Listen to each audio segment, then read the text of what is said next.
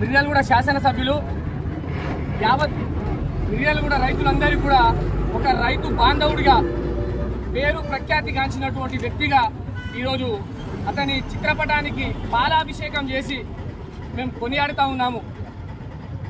తెలంగాణ రాష్ట్రంలో చాలామంది ఎమ్మెల్యేలు ఉన్నారు, కానీ ప్రభుత్వాల నుండి వచ్చేటువంటి పథకాలనే ప్రజలకు పెట్టేటువంటి పనితీరును చూస్తూ ఉన్నాం. కానీ ఆనాడు ప్రతిపక్ష నేతగా ఉన్నటువంటి క్రమంలో ఈ మిర్యాలగూడ నియోజకవర్గంలో అనేక సేవా కార్యక్రమాలు చేస్తూ ఒక ప్రైవేట్ గవర్నమెంట్ ని నడిపినటువంటి మహోన్నతమైనటువంటి వ్యక్తి ఎవరన్నా ఉన్నారంటే అది ఒక బిఎల్ఆర్ గారి తప్ప వేరే వాళ్ళు ఎవరు లేరు. ఈరోజు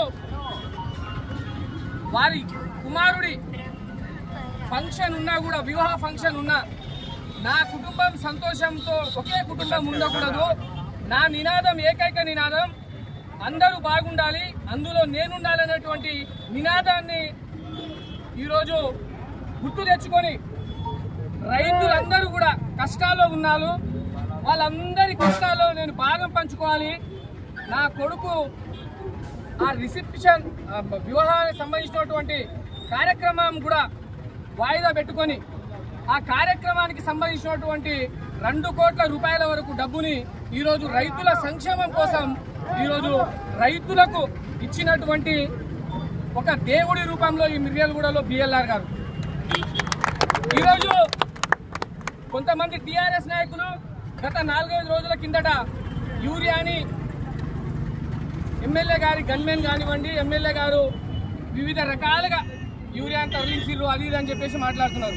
నేను అంటున్నా, మీరు ఒక మాజీ ముఖ్యమంత్రి కొడుకు తనయుడు, ఒక రాష్ట్రానికి ఒక పబ్లిక్ ఫిగర్గా ఉన్నటువంటి వ్యక్తి, మీరు యూరియాని ఎట్లా ఇస్తారో తెలుసా? యూరియాను డీలర్ల ద్వారాగా ఈ ఒక సిస్టమ్ లెక్క లైసెన్స్ ఉన్నటువంటి షాప్లకు కానివ్వండి ఇటువంటి వాటికి ఇస్తారు. కనీస అవగాహన లేకుండా యూరియాని దొంగిలించిరనో, యూరియాను తిన్నరనో, మీ లెక్క కాళేశ్వరం ప్రాజెక్టు అవినీతిల మీద లక్షల కోట్లు దోచుకున్నటువంటి తీరు మాది కాదు. మా గౌరవ ఎమ్మెల్యే గారు ఆనాడే ప్రతిపక్షం ఉన్నప్పుడు, మీ ప్రభుత్వం ఉన్నప్పుడు, నీ ప్రభుత్వంలో బిఎల్ఆర్ బ్రదర్స్ అక్రమ కేసులకి, జైళ్లకి జీవితాలను గడిపి ఇక్కడి నుండి కాంగ్రెస్ పార్టీని కాపాడుకోవడానికి గాంధీ భవన్ గడ్డ వరకు కొట్లాడినటువంటి చరిత్ర బిఎల్ఆర్ బ్రదర్స్.